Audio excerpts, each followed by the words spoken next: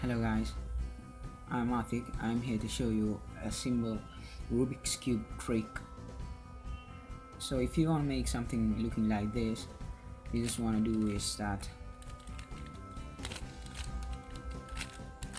take your Rubik's Cube, now put your finger like this and this like this, change the both 2 times from one side and you turn it like this, change it from there to, now you get something like this, 4 colors here. Now the other side looking like this, just rotate it like this and change it to,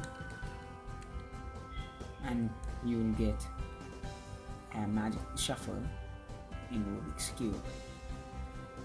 So it is simple. Like if you wanna return it back, rotate it 2 times, now the other side 2 times, and this side make it 2 times, you will get it. So simple. See,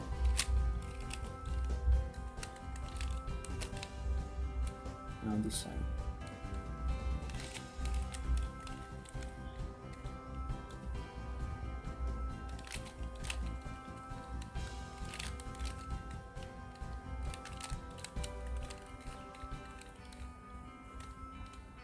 Thanks, please like and subscribe.